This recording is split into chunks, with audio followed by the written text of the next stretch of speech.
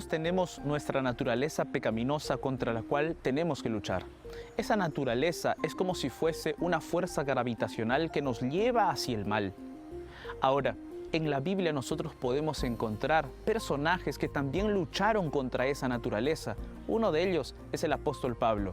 Por eso el día de hoy vamos a estudiar a la luz de su experiencia cómo luchar contra el pecado y vencerlo. Así es que quédate conmigo. Está comenzando tu programa Fe para Hoy.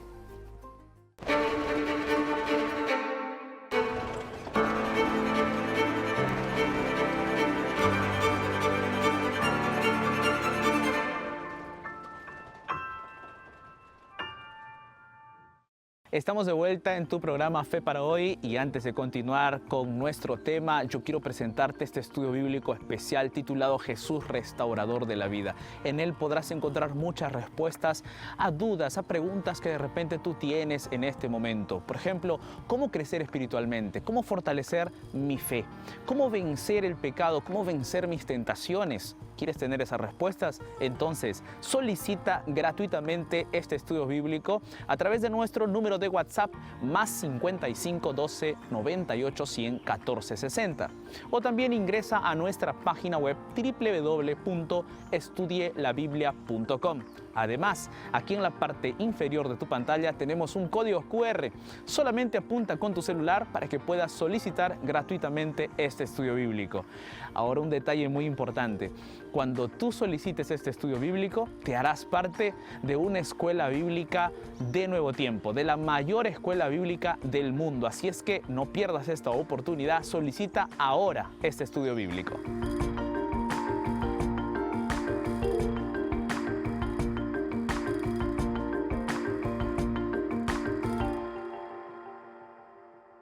¿Has oído hablar acerca de la ley de la gravedad?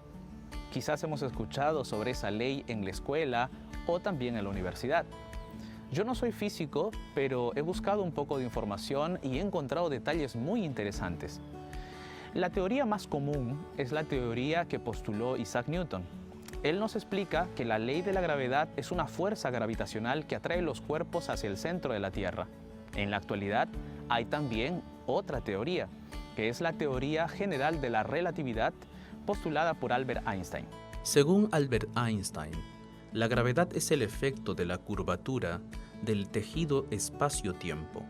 Es como si el espacio-tiempo curvo indicara a la masa y a la energía, incluyendo la luz y a las partículas de materia, cómo moverse, mientras que la masa y la energía indicaran al espacio-tiempo cómo curvarse.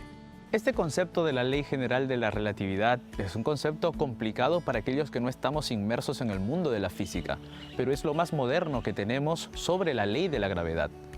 La teoría de Isaac Newton no ha sido descartada. Los físicos usan estas dos teorías para postular o para definir el movimiento de los cuerpos.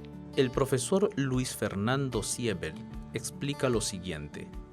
Se puede entonces decir que de acuerdo con lo que sabemos, la relatividad general es una descripción más precisa de la realidad y por lo tanto se puede decir correctamente que el objeto en reposo sigue una trayectoria determinada por la curvatura del espacio-tiempo.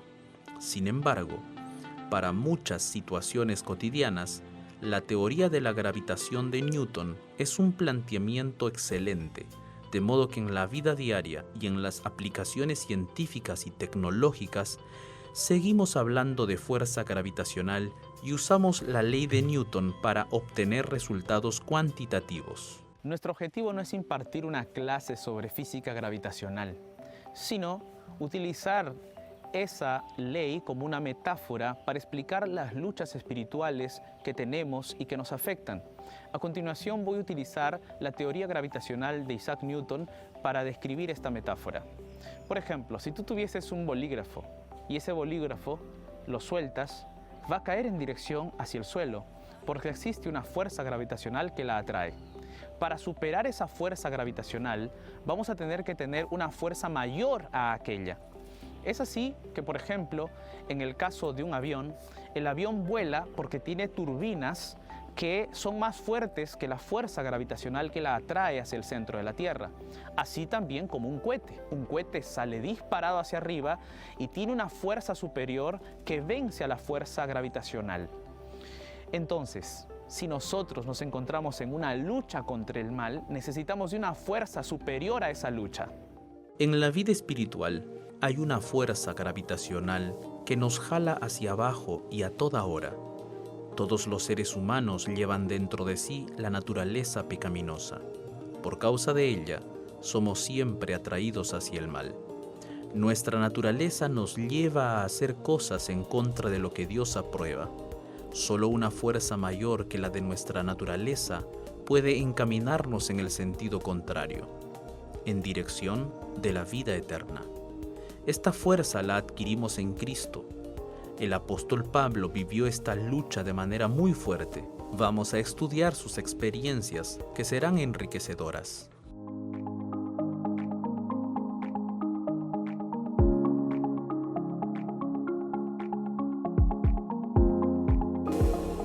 Después que el pecado entró al mundo, la naturaleza humana se hizo pecaminosa. Cuando Dios nos creó, todo era perfecto. No existían defectos morales ni físicos. Pero cuando el pecado llegó a ser parte de la naturaleza humana, todo se deterioró. La relación del hombre consigo mismo, con la naturaleza, con Dios y con su prójimo se convirtió en una relación defectuosa.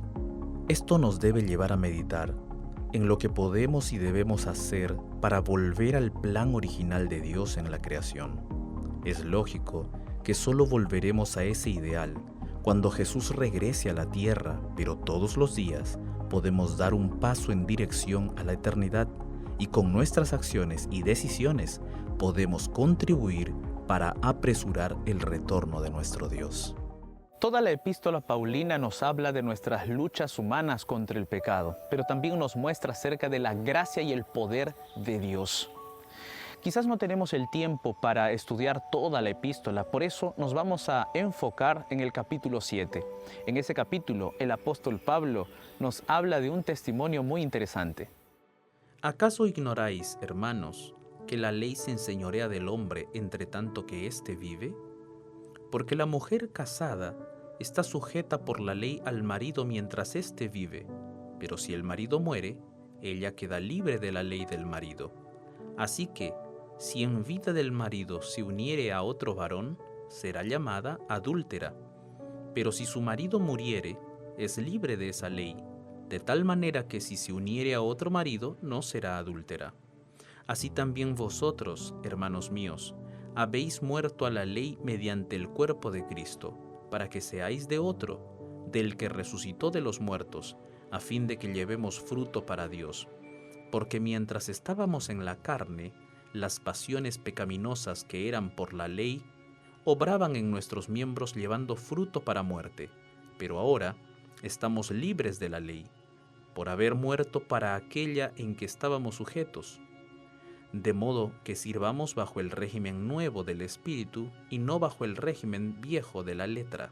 Romanos 7, versículo del 1 al 6.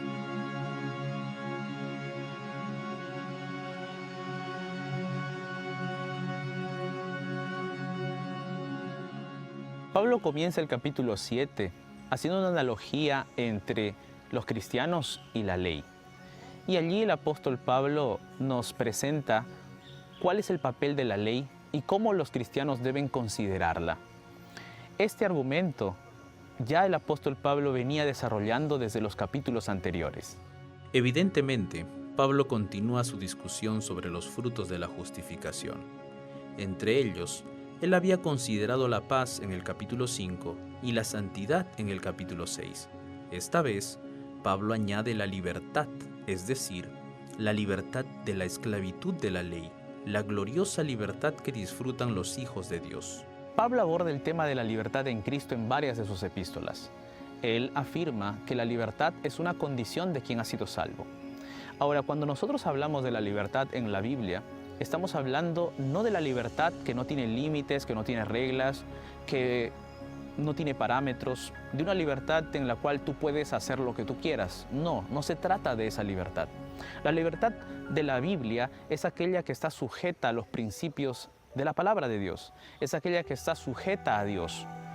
Es esa la verdadera libertad en Cristo, es esa la verdadera libertad de quien ha sido salvo, porque se sujeta a la voluntad de Dios, porque respeta los caminos de Dios y vive en plena paz porque Cristo lo hace libre. Ese es el verdadero concepto de libertad según la Biblia. Anteriormente, en esta misma epístola, Pablo ya había mencionado la libertad del pecado. El apóstol había escrito en Romanos 6:14 lo siguiente: porque el pecado no se enseñoreará de vosotros, pues no estáis bajo la ley, sino bajo la gracia. Entonces, habiendo explicado lo que tenía en mente, preguntó y él mismo respondió, en Romanos capítulo 6, versículo 15, ¿pecaremos porque no estamos bajo la ley, sino bajo la gracia? En ninguna manera. Como se recalcó, había una razón muy práctica por la que era urgente la respuesta a esta pregunta y no podía ser postergada. Por eso, todo el capítulo 6 se dedica a esta pregunta.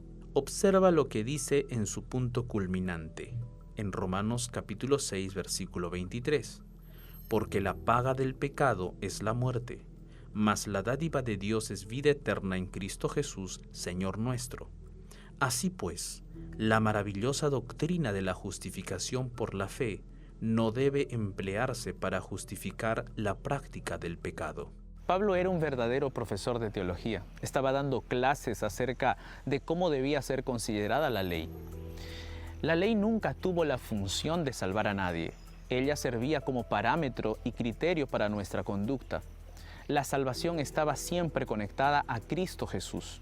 En el Antiguo Testamento estaba representada con la muerte del Cordero. Pero el término ley también puede usarse como indicativo de un código al que alguien debe adherirse para obtener la salvación, un estatuto de autoridad controladora que exige obediencia absoluta. Obviamente, es en este sentido en que el apóstol emplea el término aquí. A esto se añade el que los líderes religiosos habían sepultado la ley original de Dios bajo un cúmulo de tradiciones orales, reglas minuciosas y detalladas sobre cada actividad y esfera de la vida. Esta fue la ley de la cual Jesús había expresado en Mateo capítulo 15, versículo 6. Ya no ha de honrar a su padre o a su madre. Así habéis invalidado el mandamiento de Dios por vuestra tradición. Según la enseñanza de los rabinos, estas tradiciones orales, en cuanto a su contenido básico, fueron entregados por Dios a Moisés y luego se transmitieron de generación en generación. Por eso, es comprensible que tantas personas, al dedicarse al estudio de estas tradiciones, quedaran llenas de miedo. La ley se había convertido en un yugo insoportable.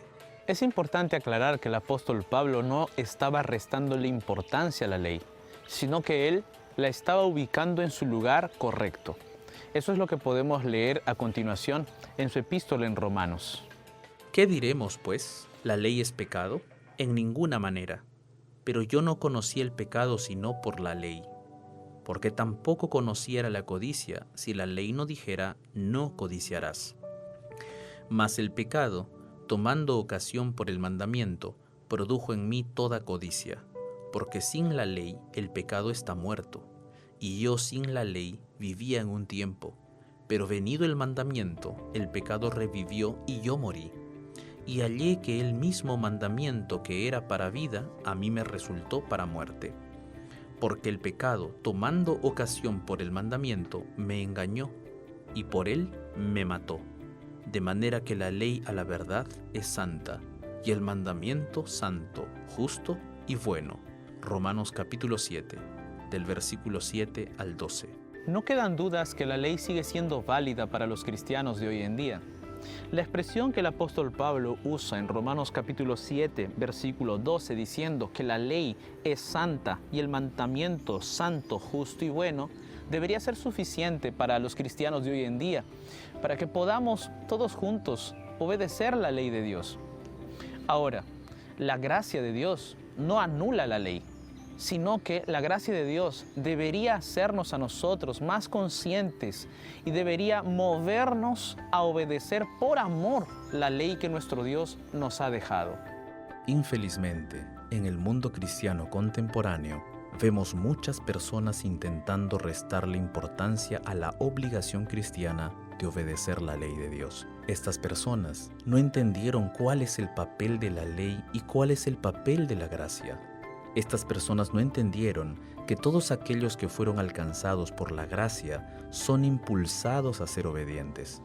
De esta manera, muchos terminan en la ignorancia y se equivocan sobre el tema de guardar la ley.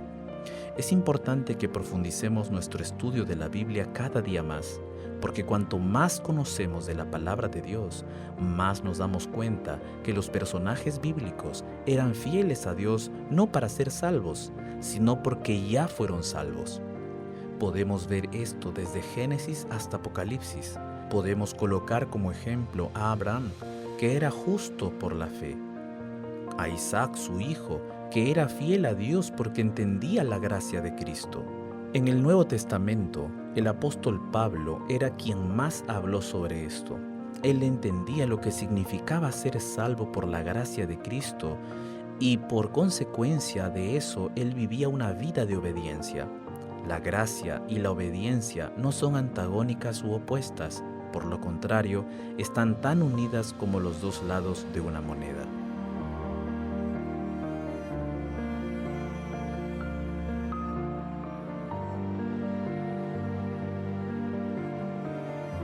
Luego de establecer la función y la importancia de la ley para la vida del cristiano, el apóstol Pablo pasa a exponer su lucha personal, su experiencia personal en la obediencia a la ley. Esto nos muestra que, aunque el apóstol Pablo comprendía muy bien la teología de la ley, él tenía una lucha interna. Porque sabemos que la ley es espiritual, mas yo soy carnal, vendido al pecado. Porque lo que hago no lo entiendo, pues no hago lo que quiero, sino lo que aborrezco, eso hago. Y si lo que no quiero, esto hago, apruebo que la ley es buena. De manera que ya no soy yo quien hace aquello, sino el pecado que mora en mí. Romanos capítulo 7, del versículo 14 al 17. No sé si para ti, pero para mí es reconfortante saber que alguien de la altura espiritual de Pablo tenía luchas internas. Saber que el apóstol Pablo también luchaba como yo estoy luchando o como tú estás luchando en obedecer a Dios y en permanecer fiel a Él, nos reconforta. Si Pablo pudo vencer con la ayuda del poder de Dios, nosotros también podemos vencer. Esta lucha espiritual que es interna, la tenemos todos aquellos que hemos aceptado a Cristo Jesús. De hecho, esa lucha interna es una evidencia de que nosotros estamos siendo convertidos y estamos en ese proceso de santificación. ¿Por qué? Porque cuando alguien se convierte a Cristo, en ese momento el Espíritu Santo coloca en él, en el interior, esa naturaleza divina. Esa naturaleza que va a comenzar a luchar contra la naturaleza pecaminosa. Y esa lucha la tenemos todos. Esas dos naturalezas, la naturaleza humana pecaminosa y la naturaleza divina, estarán luchando en nuestro interior. Y la que se alimente más es la que vencerá. Existen dos líneas de explicación para las palabras de Pablo en Romanos capítulo 7, versículo 15. La primera dice que Pablo estaba hablando de su experiencia antes de entregarse a Cristo. Según esta línea, podemos concluir que todos los que procuren ganar la salvación sin una entrega completa a Jesucristo quedarán completamente frustrados. La segunda línea de explicación sostiene que Pablo estaba describiendo la lucha constante que experimentaba después de haberse convertido. Según esta línea, concluimos que aún después de la conversión, los cristianos siguen reconociendo que hay imperfecciones y pecados en su vida y que tales defectos son motivo de continua intranquilidad y preocupación. La verdad es que estas dos líneas de explicación son pertinentes para nuestra vida cristiana. Pero algo que tenemos que tener en cuenta y muy importante es que nuestra lucha espiritual interna no la vamos a poder vencer si no nos aferramos de Jesús. Si luchamos sin Cristo, vamos a quedar frustrados. Solamente el poder de Jesús puede ayudarnos a resistir esas tentaciones. Ahora, esta lucha que tenemos va a ser una lucha constante hasta la segunda venida de Jesús. Solo cuando Él venga, eliminará de nosotros toda la naturaleza pecaminosa y allí por fin estaremos totalmente libres. Mientras tanto, debemos continuar aferrándonos de Jesús cada día. Martín Lutero, el reformador del siglo XVII, tenía una noción muy interesante sobre su naturaleza. Era plenamente consciente de cuánto debía cuidarse y estar más cerca de Cristo, pues sabía que, si dependiera de Él, iría en dirección del pecado. Lutero solía decir: «Tengo más miedo de mi corazón que del Papa y de todos sus cardenales». Lutero sentía muy vivamente la fuerza gravitacional del mal, que lo atraía siempre hacia el pecado. Por eso estaba luchando constantemente con ella. La Biblia tiene varios ejemplos de personas que vencieron el pecado y otras que fueron vencidas por el pecado. Podemos mencionar como ejemplo a José. Él estaba como esclavo en Egipto porque había sido vendido por sus hermanos. Al ser rechazado por su propia familia, él podría estar muy enojado con Dios y con la vida. Tenía razones para poder abandonar los principios bíblicos, pero eso no pasó. La Biblia dice que luchó contra el pecado, recibió propuestas indecentes de la esposa de Potifar y su respuesta fue siempre un rotundo no. Más de una vez, ella insistió, pero él rechazó cometer ese pecado. La Biblia dice que su gran preocupación era no avergonzar a Dios. José es un excelente ejemplo de alguien que venció el pecado. Pero en la Biblia existen otros ejemplos de personas que no pudieron contra el pecado. Por ejemplo, el rey David. La Biblia dice que ese día él debería haber estado en la guerra con su ejército, pero estaba en su casa sin hacer nada. Entonces fue tentado por Satanás y cayó en adulterio con Betsabé. Cuando vamos leyendo la Biblia, nos encontramos con victorias y derrotas. La gran diferencia entre alguien que venció el pecado y alguien que fue vencido por el pecado es la conexión con Jesús. Cuando estamos conectados con Dios, podemos vencer al pecado, pero si estamos distantes de Dios, el pecado nos va a vencer. Para que consigamos vencer la fuerza del pecado y de las tentaciones, necesitamos luchar con Jesús. Necesitamos colocar nuestra vida en sus manos. No podemos luchar solos. No podemos abandonarnos a esa fuerza negativa que está intentando destruir nuestra vida. Necesitamos abandonarnos a la fuerza poderosa de Jesús. Lamentablemente en estos tiempos, en el mundo en el cual vivimos, muchos seres humanos, inclusive cristianos, están dejando de lado a Jesús y están dando prioridad a sus propios impulsos. Lamentablemente, un énfasis humanista está tomando posesión de los corazones de muchas personas, cuando la solución es solamente acercarse a Jesús. A lo largo de los últimos 5 siglos ha ocurrido un proceso que muchas veces los cristianos, y sorprendentemente incluso algunos líderes cristianos, no han advertido. Me refiero al proceso que, con el paso de los siglos, colocó al ser humano en el centro de la sociedad. El filósofo Charles Taylor aborda este asunto en su extenso libro Una era secular. En esta obra, el autor explica qué sucedió para que en los años 1500 creer en Dios y someterse a la Biblia fuera algo normal y esperado, en tanto que hacer lo mismo en los años 2000 sea una opción más, sin mucha importancia entre tantas otras opciones. El resumen de la explicación es el humanismo. El ser humano fue tomando poco a poco el lugar central de la historia. Es lo que vemos hoy en día. El foco o el enfoque pasó a ser el ser humano y ya no Dios ni su palabra. Es por eso que nosotros vemos muchos cristianismos que se enfocan en que el ser humano no se sienta triste por su pecado. Ellos intentan hacer de que los mensajes de la palabra de Dios sean mensajes más suaves, que no causen dolor, que no causen tristeza. Sin embargo, la Biblia va en otra dirección. El apóstol Pablo mencionó, desde su experiencia personal, en Romanos capítulo 7, versículo 24, él dijo: miserable de mí, ¿quién me librará de este cuerpo de muerte? O sea, el apóstol Pablo estaba triste por su condición. Él se había dado cuenta que su naturaleza lo estaba llevando por un camino equivocado, pero él tenía que luchar contra eso. Y para eso se aferró de Jesús, para vencer. Y eso es lo que nosotros necesitamos realizar en nuestra vida. Reconocer quiénes somos, qué es lo que nos hace falta, reconocer cuál es nuestra condición. Además, eso es lo que nosotros tenemos que lograr que otras personas reconozcan. En nuestra predicación tenemos que hacer de que las personas reconozcan también su condición. Solamente a través del poder de Jesús nosotros podemos vencer.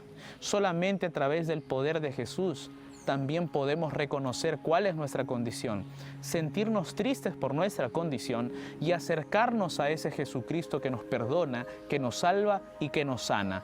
No olvides que Jesús está dispuesto a ayudarte en estos momentos para que tú seas un vencedor. Romanos capítulo 7, versículo 18 al 25 dice: Y yo sé que en mí, esto es, en mi carne, no mora el bien. Porque el querer el bien está en mí, pero no el hacerlo. Porque no hago el bien que quiero, sino el mal que no quiero, eso hago. Y si hago lo que no quiero, ya no lo hago yo, sino el pecado que mora en mí. Así que, queriendo yo hacer el bien, hallo esta ley, que el mal está en mí. Porque según el hombre interior, me deleito en la ley de Dios, pero veo otra ley en mis miembros, que se rebela contra la ley de mi mente y me lleva cautivo a la ley del pecado que está en mis miembros. Miserable de mí, ¿quién me librará de este cuerpo de muerte? Gracias doy a Dios por Jesucristo Señor nuestro. Así que yo mismo con la mente sirvo a la ley de Dios, mas con la carne a la ley del pecado. Pablo estaba totalmente consciente de su realidad. Él sabía cuál era su condición de pecador, pero también sabía que Jesús tenía el poder suficiente para libertarlo, para salvarlo, para hacerle vencer esas luchas y esas tentaciones.